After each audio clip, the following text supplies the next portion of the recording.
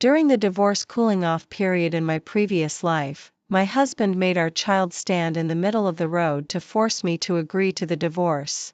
I complied obediently, but who would have thought that I ended up dying in a car accident? Facing my death, the child actually clapped and cheered, tugging at Aunt Delilah beside him with his little hand and saying with childish admiration and attachment, "Great. I can finally have Aunt Delilah as my mom." In this life, I've seen their true faces clearly and won't repeat the same mistakes. Since the three of them want to be together, I'll make it happen for them. I don't want carrots. Immediately, the bowl was flung to the ground, and the sound of the broken ceramic was extremely harsh. I opened my eyes and saw my son sitting at the baby table in front of me, throwing the bowl and looking at me with a face full of anger. In the past, I would surely have gently brought another bowl of complimentary food to coax him to eat it and then cleaned up the mess on the ground thoroughly. But now, I was only focused on confirming one thing. I had been reborn. In my previous life, I died a pitiful death. My husband made our son stand in the middle of the road just to force me to divorce. I was so worried that I immediately agreed and hurried to pick up my son. On the deserted road, a car came speeding towards us. I only managed to push my son out of the way, but my whole body was run over by the car.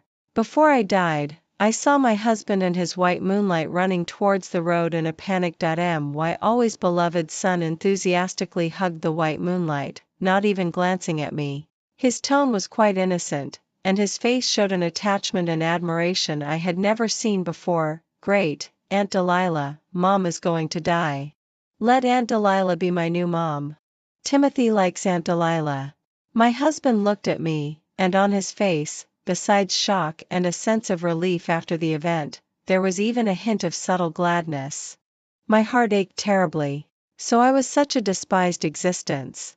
Even my death was a good thing for the people closest to me. Fortunately, heaven had eyes and gave me a second chance at life. I came to my senses and looked at the willful son in front of me. For the first time, a feeling of annoyance rose in my heart. If you don't want to eat, then go hungry. I didn't even clean up the bowl on the ground. The broken ceramic pieces and the food were all mixed together, scattered all over the floor. I turned around and walked into the bedroom. Timothy was completely unprepared for my reaction. His face was full of astonishment. Seeing my back, he suddenly became flustered. Somehow, he managed to struggle out of the baby table. He then immediately fell into the mess of broken pieces and food scraps on the floor. Soon, his heartrending cries filled the room. "Whoa, Mom, save me. Timothy is bleeding, Mom, I want Mom." Hearing his cries, my heart softened. Reacting instinctively, I opened the door. Seeing him covered in blood from the cuts, I quickly picked him up. Timothy had never seen so much blood before. He was already scared out of his wits and sobbed, "Mom, am I going to die?" "No," I said, patiently picking out the pieces from his body and taking out iodine to disinfect his wounds first. Timothy pursed his lips and looked at me resentfully. "Mom doesn't clean up the house and deliberately hurt Timothy. Mom is a bad mom." My movements paused, and my eyes became sharp again. In my previous life, I was extremely indulgent with the child, almost obeying his every whim. As a result, Timothy developed quite a few bad habits because of my spoiling. Each time, I comforted myself not to haggle with a child. Because as the saying goes, what does a child know? Timothy shuddered in fear at my look but still stubbornly said, "You're a bad mom. Dad said that women should keep the house clean. You didn't give Timothy food and even hurt Timothy. I don't want you as my mom." After saying that, he actually slapped me. I only felt a sharp pain, and then I saw a bloody mark on my arm. Somehow, Timothy had hidden a piece of broken ceramic in his hand. I stood up. Not only did the wound hurt, but my heart also ached faintly. My pampered son had already learned to hide things to scratch me. How could he be so unreasonable? It was just that I had never been able to bring myself to accept that I had raised an ungrateful wretch. Timothy stared at me warily. His big round eyes were now full of fear and nervousness after the event, but his mouth was still stubborn. "Timothy wants to punish the bad mom. Bad mom, go away. I don't want you." I slowly let out a breath and scanned the house. This house was bought when Kane and I got married. It had a very cozy log cabin style decoration. At that time, we were imagining a happy life together as a family of 3 in this big house. At this moment, the beautiful dream had been shattered. Timothy was still on guard, afraid that I would hit back. Seeing my expressionless face, he became a bit smug. Go away quickly. Timothy is Superman. I'll drive you, the monster mom, away so that I can bring the princess mom home. I laughed at myself. How could I not know who the princess mom in his mouth was?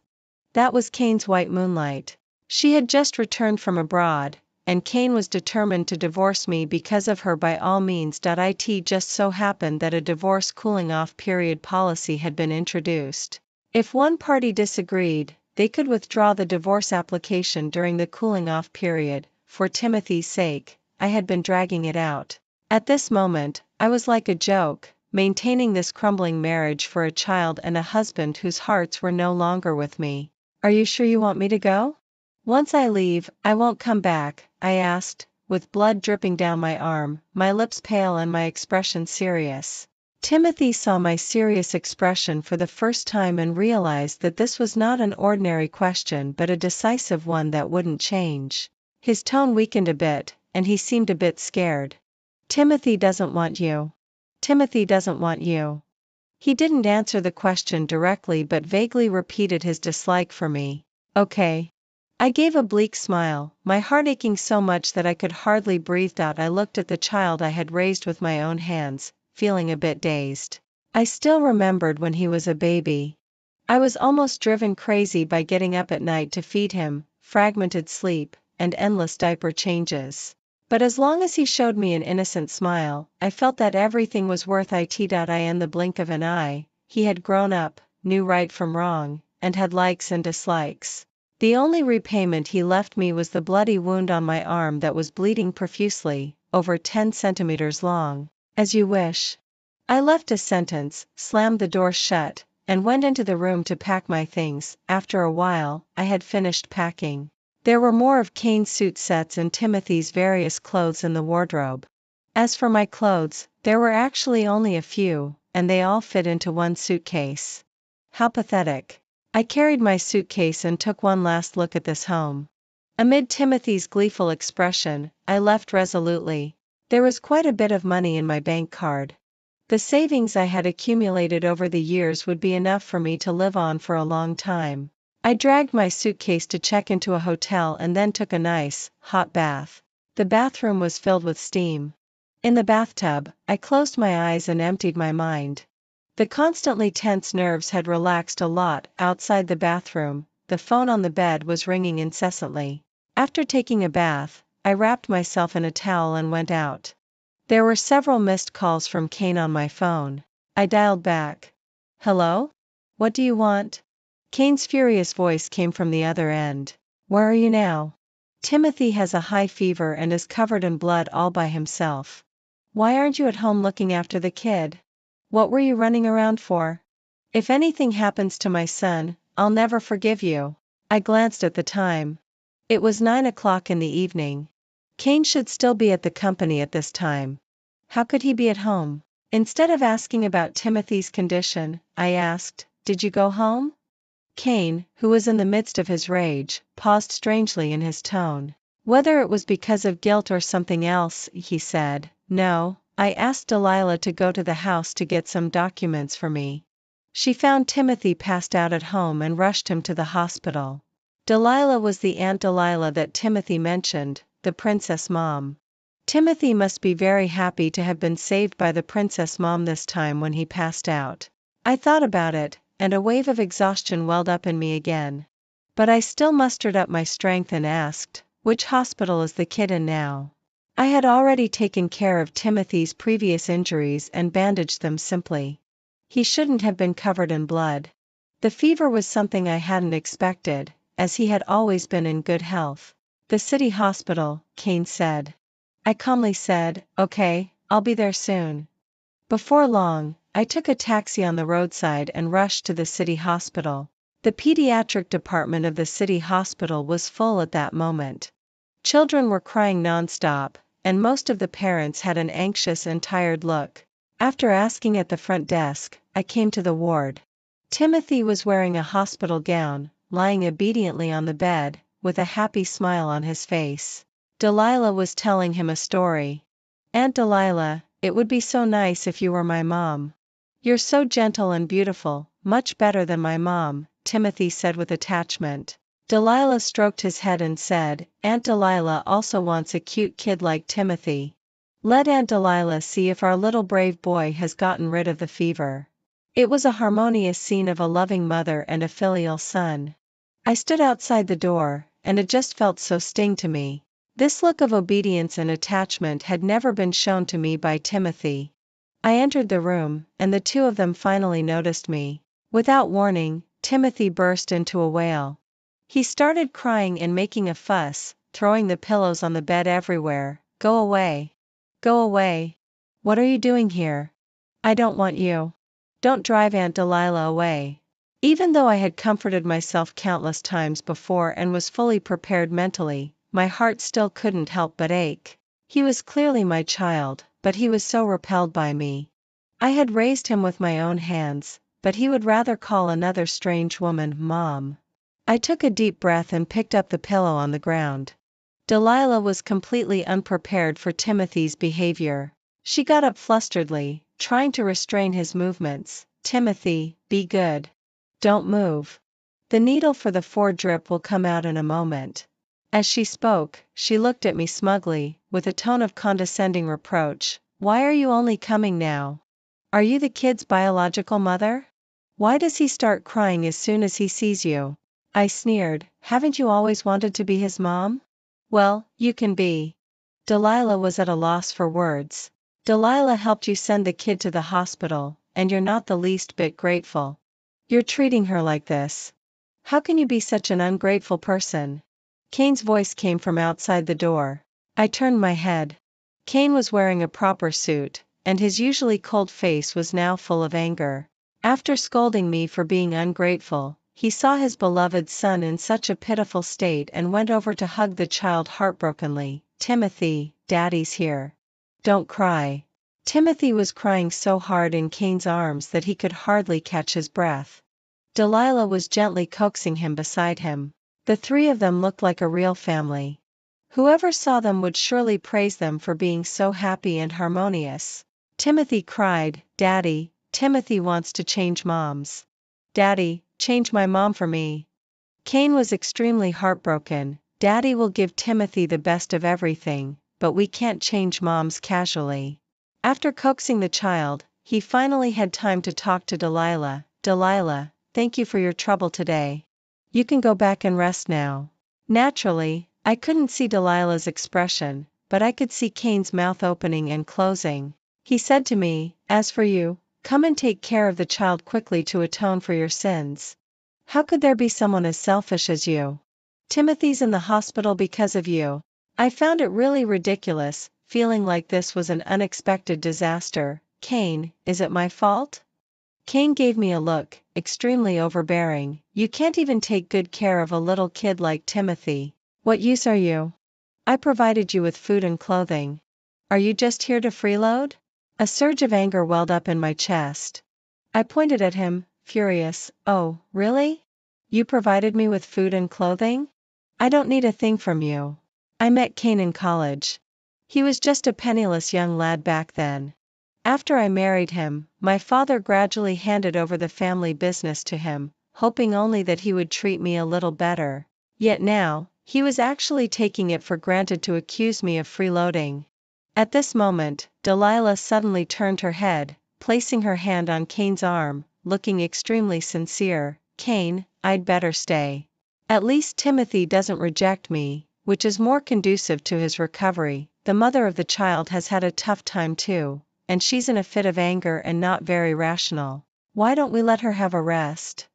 I found her way of playing the peacemaker with her foxy charm really disgusting. Kane was extremely touched. "Delilah, you're just too understanding.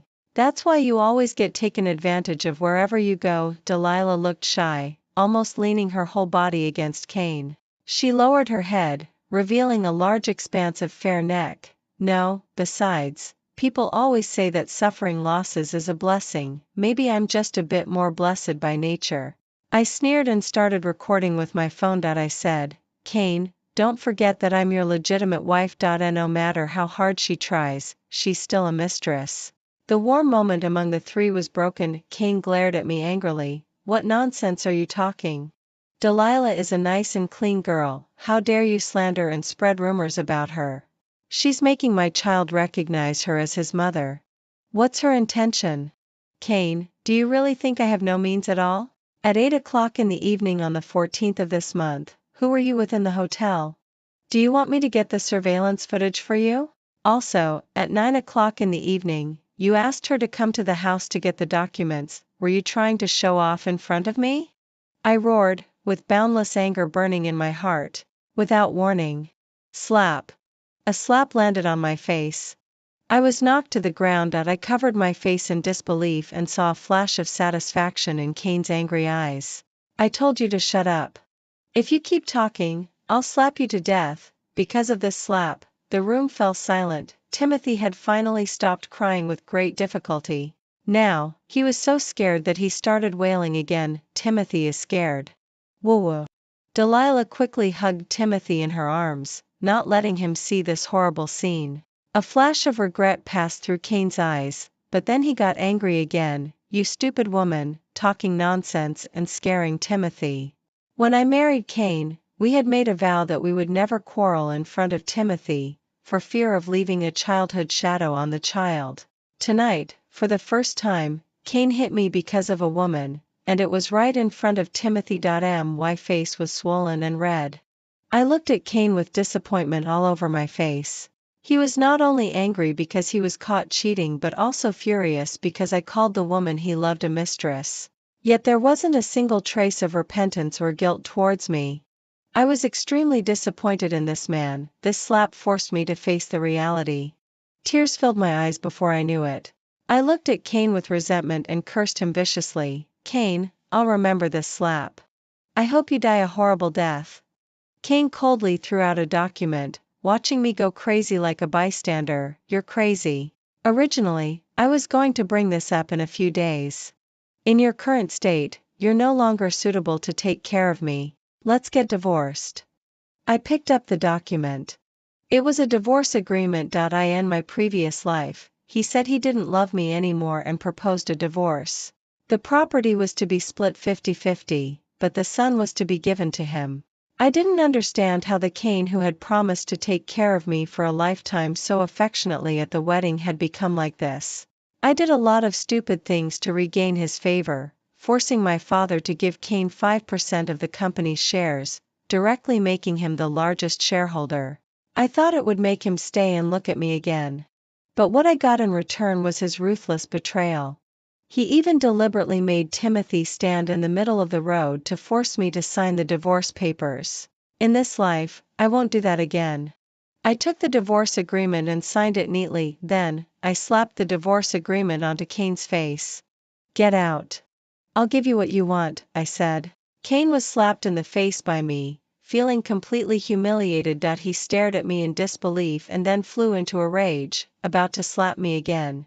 Just try laying a hand on me. I picked up the stool beside me. If Kane dared to take one step closer to me, the stool would immediately smash his head. Since we had already torn each other's faces off, who would be afraid of whom? The person who doesn't want me, I'll never look at again. How did you become such a crazy mess? No wonder I don't love you. Look at you now. There's not a trace of a normal person in you. I was almost nauseated with disgust. Don't give yourself such high-sounding excuses for your cheating. You're so hypocritical and selfish. Look at your disgusting self now. Just because you've been a rich guy for a few years, you really think you're so capable? Aren't you just a gigolo who started out by marrying into the family? I'm telling you, I can make you rise, and I can also take it all back. I knew Kane best. Naturally, I knew that he had always been self-conscious about his ordinary background and hated it most when others said he was a man who started out by marrying into the family. Therefore, every word I said hit his sore spots. After hearing my words, Kane's expression was uncertain. Truly afraid of me, he didn't say anything. I spat at him, turned around and walked away, slamming the door shut with a loud bang. 3 days later, I got divorced from Kane. I didn't get much in the divorce. Kane had already transferred the company shares, afraid that I would get a single bit. According to the agreement, Timothy was awarded to Kane. I sneered. When Kane and I were on good terms, I was happy to support him and let him use the resources of my family. Now that he dared to openly tear up our relationship, I would naturally take it all back. In the supermarket, I was following my mother. In front of us were fresh and juicy vegetables. Buy some corn and dates. I'll make a soup for you to nourish you when we get back, my mother said as she picked out the vegetables and turned to me. I nodded absently. Darling, don't worry too much. Your father won't let the company fall into the hands of an outsider, my mother said soothingly. After I got home, I told them about the divorce. My parents didn't say much after hearing it. They only blamed me for not getting Timothy. Now, my father is gathering all his forces to squeeze Kane out of the company. The company was founded by my father.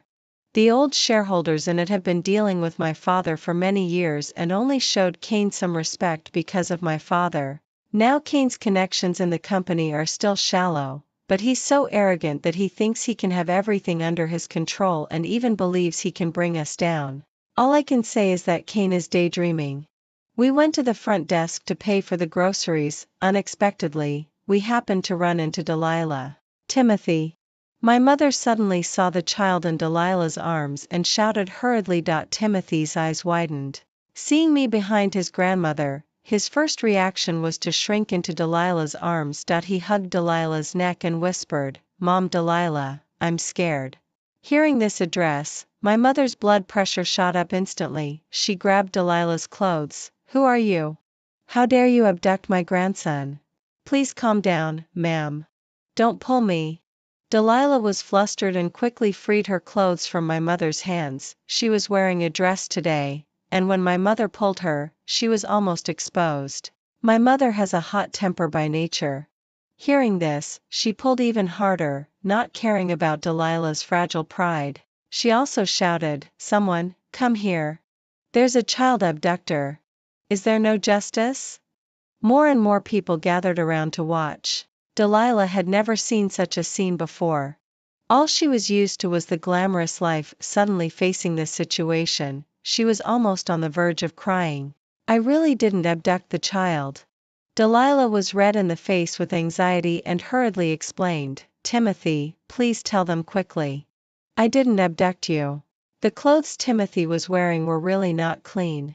The originally cute little boy, like a New Year picture doll, was now dirty and disheveled. He held on to Delilah tightly and said, "Mom, Delilah didn't abduct Timothy. Timothy is here willingly. I don't know you guys." Hearing Timothy say this, my mother was almost fainting with anger. "Timothy, what kind of magic potion did you drink? Your real mother and grandmother are here." Compared to my mother, I seemed much calmer. I said very calmly, "Mom, let's go. Timothy can't wait to have nothing to do with me as his mother and you as his grandmother." There was a bit of self-mockery in my words, but more of helplessness. My mother was as anxious as an ant on a hot pan. She widened her eyes upon hearing my words. "What's the matter with you?" I said, "Ask Timothy if he'll go with you." After hearing my words, Timothy simply turned his head away and ignored my mother no matter how she called him. The answer was clear. Delilah hugged Timothy. She was quite proud that Timothy was on her side. She said hypocritically, "I'll take good care of Timothy. Don't you worry about it." I found it extremely ridiculous. It was obvious to anyone with eyes that Timothy hadn't been having a good time these days. His clothes were dirty. After just a few days, his round little face had become thin with a pointed chin, and his big eyes looked even more prominent and a bit scary. But this was Timothy's own choice. I had given him countless chances to regret, but he remained steadfast and firmly threw himself into someone else's arms. I casually reminded Delilah, "Don't get too cocky. Tired from doing housework these days, huh? You think you'll be living a life of luxury by hooking up with Kane? Guess how long Kane can still stay in the company." Delilah's face froze, and she looked really ugly. These days, Cain had been so busy with the company's affairs that he hardly said a few words to her. He even forced her to resign and take care of the family wholeheartedly. She was someone who had studied abroad. How could she be a housewife with no skills? But unable to resist Cain, Delilah could only pretend these days. I don't care about the luxury life you mentioned. Cain and I are truly in love. He's much nicer to me than he was to you. Delilah said. I sneered, better be. I dragged my mother out of the supermarket. My mother shook off my hand, angry. No matter how much you quarrel, you can't just abandon the child. I said, Mom, Timothy won't be with them for long. Don't worry. By the way, is there a shareholders meeting in the company tomorrow? My mother's expression became solemn. According to your father, Cain is well prepared. We don't know many people in the company that well. Cain has some tricks up his sleeve. I snorted with laughter. He won't win. Just because when I was checking the hotel, I happened to find a camera in the room and managed to get a video clip. In a battle of dirtiness? Now I just want Cain to lose miserably. Mom, let's go home and make soup. There'll be a good show to watch tomorrow. At the shareholders' meeting the next day. Originally, in the company, my father was almost an invisible presence. All the work was handed over to the vice president, that is, Cain, to manage. However, at this shareholders' meeting, my father made a comeback. Cain, taking advantage of my father's lack of full preparation, planned to aim for the position of the president. That's basically what I mean. The company needs a new leader. The job positions have become too rigid, which is not conducive to future development, Cain said with his hands crossed, a confident smile on his face as if he had everything under control. He had been cultivating his cronies in the company for a long time and replaced some veteran employees with new ones, all for this very moment. Just when he was forcing the major shareholders to take sides, the company's computers were suddenly hacked. An audio clip from a hotel was leaked. Everyone immediately looked at each other in astonishment. Such a racy audio was being played so blatantly. That voice? Why does it sound so much like Cain? Someone whispered privately. That female voice sounds familiar too. Isn't it Delilah, the secretary who just resigned from his side? Who would have thought Cain could be so shameless? Judging by the timing, he was having an affair while still married, right? No wonder. I always thought there was something off about the two of them. Their gooey looks were disgusting. How could someone like that even think of becoming the president? I think our old boss was much more reliable in handling things. Cain never expected such a salacious accident to happen. His face turned as black as coal as he angrily shouted, Who did this? The technicians. Turn it off quickly. My father said slowly, Turn it off quickly. However, the most important thing is to keep oneself clean. The shareholders nodded one after another. Our group's president can't have such a scandal. The shareholders who had just been supporting Cain looked at each other with wide eyes and quickly withdrew their support. All right, no need to say more. Cain, you'd better go and gain more experience. There happens to be a vice manager position in the branch company. You can go there. My father's casual words hung in the air. No, the company can't function without me. I have several projects in my hands, Cain subconsciously retorted, unable to accept this reality. My father stood up, with a smirk on his face. The company doesn't rely on anyone that much. Even I wouldn't dare to boast like that. I'll assign new people to take over the projects you mentioned. With just a look from the longtime company boss, the authority was so overwhelming that Cain could hardly lift his head.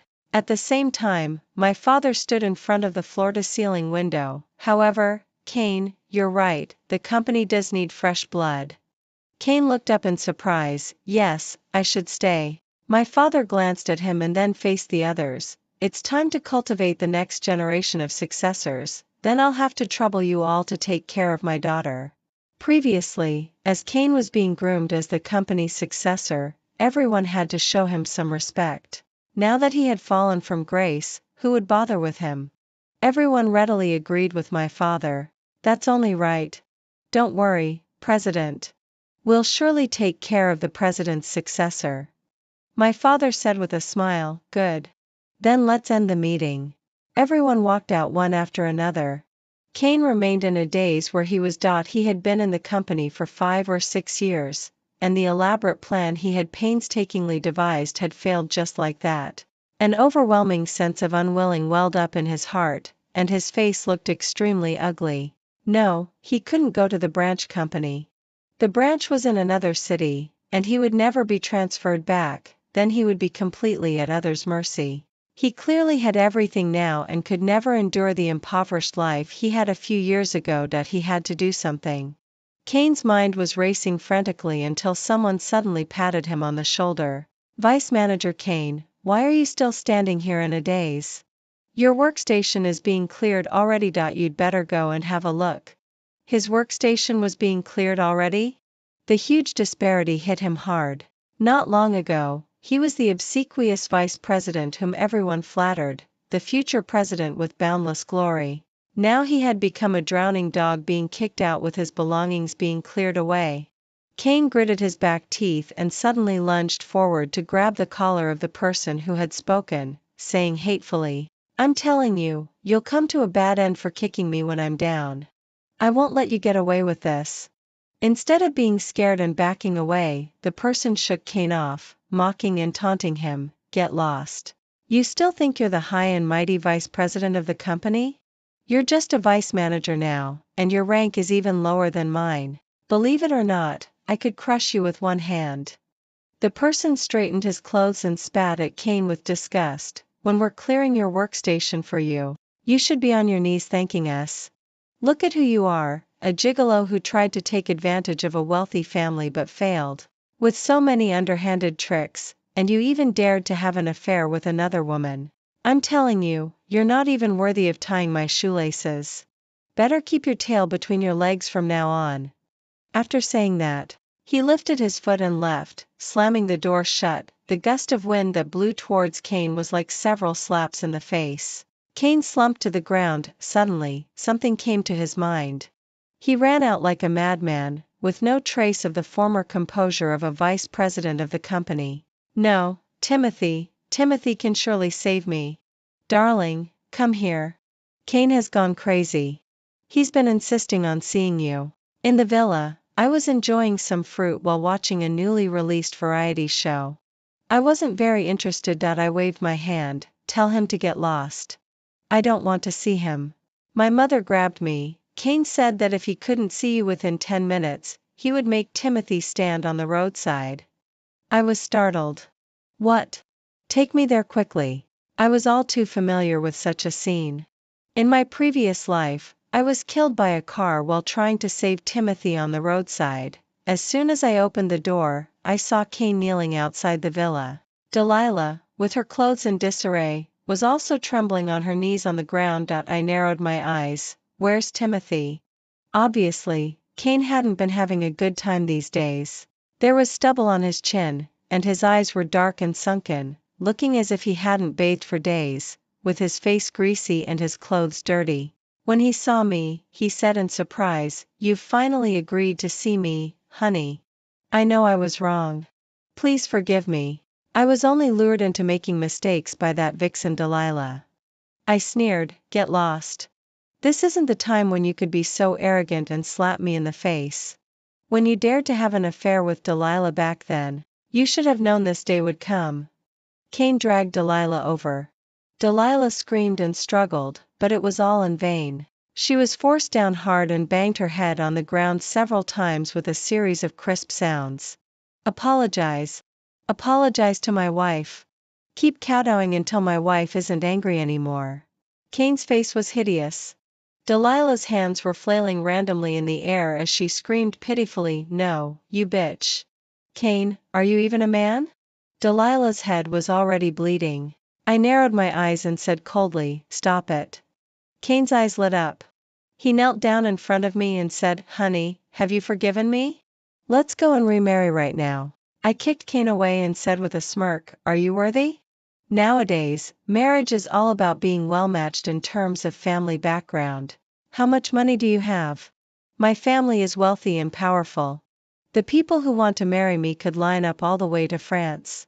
To put it bluntly, even if I were to keep a lover, there would be a bunch of young guys vying for it. I could change one every month without repeating, "Who do you think you are?" When I married Kane back then, he was penniless. I was so bewitched by his sweet words that I married him. Now he actually wants to remarry me. It's just wishful thinking. Kane was stunned on the ground after I kicked him. His expression gradually became frenzied. Fine, fine, fine. You're being ungrateful when I'm giving you a chance. I'll make you regret it for the rest of your life. He stood up, his smile growing wider. 5 minutes ago, I made Timothy stand at the intersection. Guess if Timothy is now a pile of minced meat or luckily managed to dodge the cars. Slap. I slapped him angrily without mercy. Are you even human? You scumbag. My mother was on the verge of fainting from anxiety. She held her breath and rushed to the intersection with me as fast as she could. At the busy intersection, Timothy was alone in the middle of the road, standing there blankly, looking lost and helpless. The traffic light was about to turn green. I shouted, "Timothy!" Timothy turned his head, took a few steps back, and then remembered Kane's instruction to stay where he was. His legs were rooted to the spot like nails. "Timothy, come here quickly!" My mother shouted in distress. The light turned completely green, and the traffic flow was like a barrier, separating us from him. "Timothy, don't move." Timothy was standing on the yellow line. Cars were coming and going in an orderly manner. My legs felt like they were filled with lead. The scene of my being hit and killed in my previous life kept flashing before my eyes. Fear and anger filled my heart simultaneously. Great, Aunt Delilah, Mom is going to die. Let Aunt Delilah be my new mom. Timothy likes Aunt Delilah. In my previous life, Timothy threw himself into Delilah's arms, full of joy. I clenched my back teeth, my body trembling uncontrollably as I stared fixedly at Timothy. He was hidden among the traffic, so fragile and tiny. His pitiful appearance was enough to make any woman's maternal instincts kick in and take care of him with tenderness. My child. He had abandoned me and even clapped for my death. I could never forgive him for that. As soon as the green light came on, my mother sprang out like a coiled spring and carried Timothy back. The elderly woman was in tears, treasuring the regained grandson like a precious jewel. Timothy looked desolate, hiding in my mother's arms. He looked up at me, and I could see a bit of Kane's shadow from his boyish brows and eyes. I didn't look at him again. I took my mother's hand and walked towards home. A month later, I sued Kane, demanding the custody of Timothy back on the grounds that he didn't have the financial ability to raise Timothy and had attempted to commit murder. I also investigated Kane and found out that he had embezzled a lot of money in his previous business dealings and sent him to prison.